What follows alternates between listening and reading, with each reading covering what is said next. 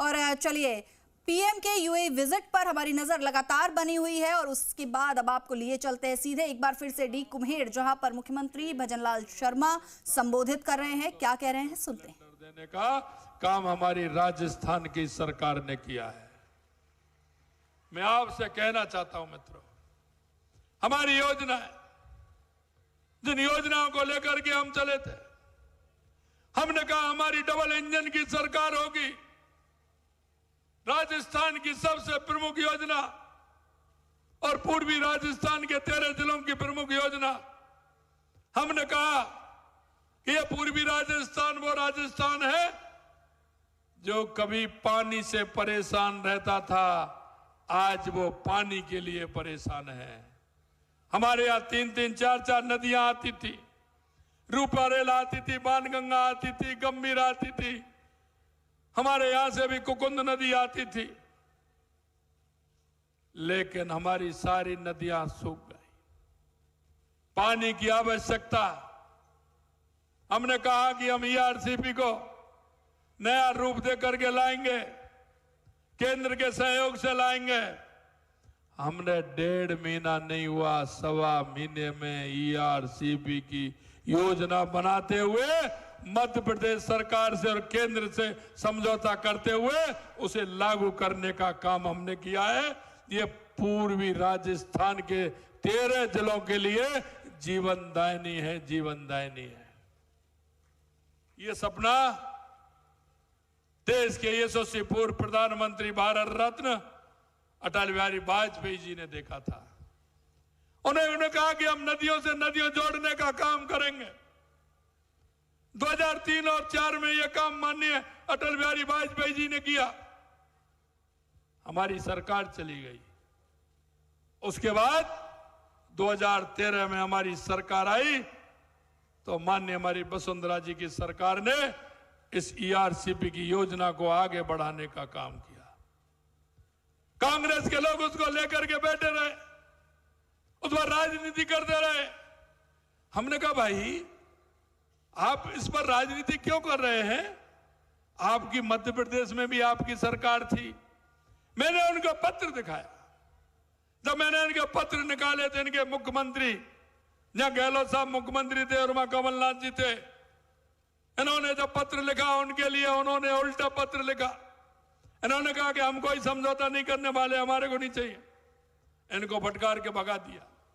उन्होंने कहा कि अगर आप करोगे तो हम कोर्ट में, वो कोर्ट में चले गए। उन्होंने कोर्ट में रुकवा दिया। बार बार केंद्र के आग्रह पर भी वो नहीं आए, यहां तक कि सेक्रेटरी को भी नहीं आने दिया। अब हमसे विधानसभा में पूछ रहे हैं आपने कौन सा समझौता किया, ऐसा कर दिया, वैसा कर दिया। हमने कहा भाई आप हमें बताइए आपने क्या किया, आपने जो किया हो वो हमें बता दो। आपने कुछ नहीं किया।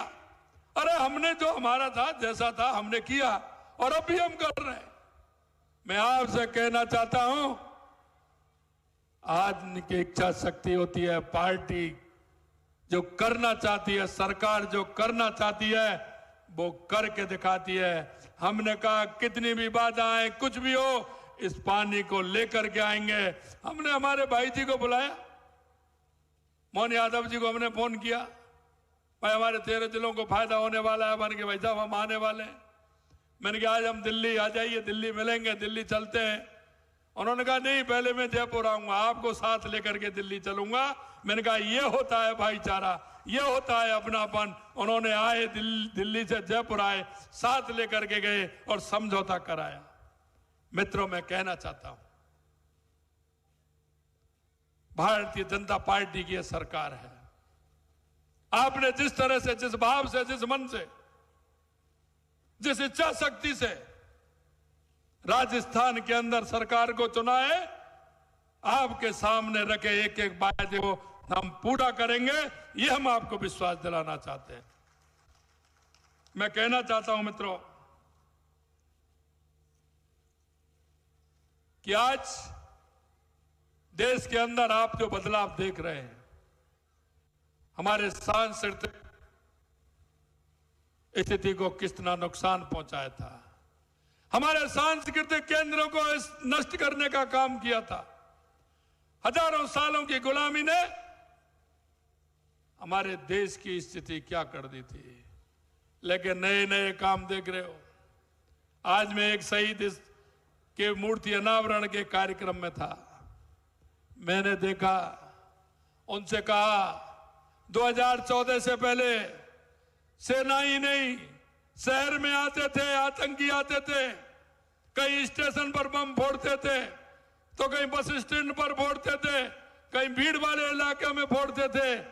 लेकिन आज कोई हिम्मत करता है क्या? आज कोई हिम्मत करता है क्या? उन्होंने हिम्मत की तो उनको जवाब मिला। एक एक बार नहीं, दो बार, तीन बार जवाब देने का काम किया।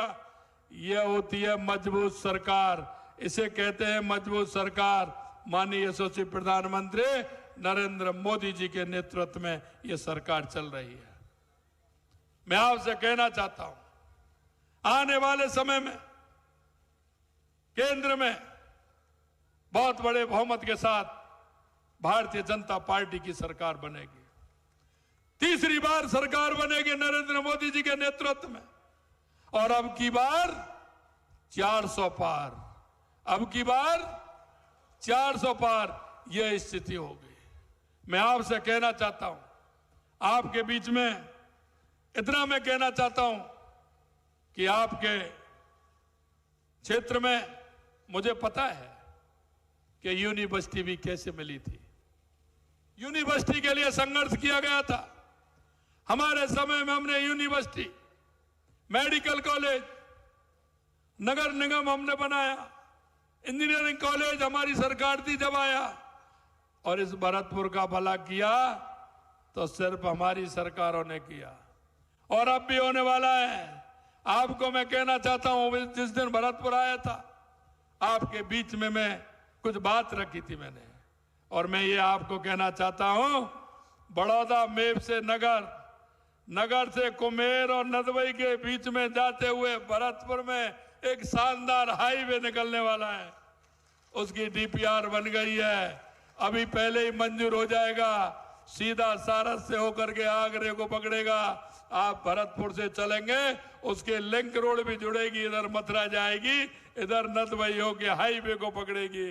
आप कहीं भी, अब लगता है आपको 1 घंटा अलवर पहुंचने में, आप आधा घंटा 35 मिनट में अलवर पहुंचोगे। वो हाईवे बनने वाला है। मैं आपसे कहना चाहता हूं, आपने जो कहा वो हमारी सरकार ने किया, और आगे भी मैं विश्वास दिलाना चाहता हूं, आगे भी वही करने वाली है। आप काम बताते जाना, हम काम करते जाएंगे, यह हम आपको विश्वास दिलाना चाहते हैं। मैं युवा साथियों से अंत में कहना चाहता हूं, हमारे सभी छात्र और छात्राओं को, मन में विचार करिए, सपना देखिए, सपना वो देखिए जो महाराजा सूरजमल ने देखा था। महाराजा सूरजमल की दृढ़ इच्छा शक्ति और उसके सपनों ने उनको महान बनाया।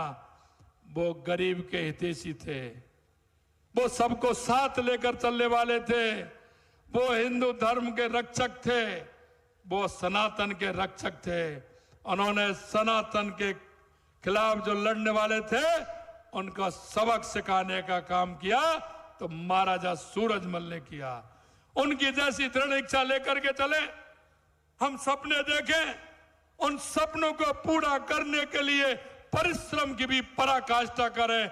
मैं आपको बताना चाहता हूं, जिस दिन परिश्रम की पराकाष्ठा हो जाएगी, आप परिश्रम के लिए तैयार हो जाएंगे, आपके सपने पूरे हो जाएंगे, यह मैं आपको विश्वास दिलाना चाहता हूं।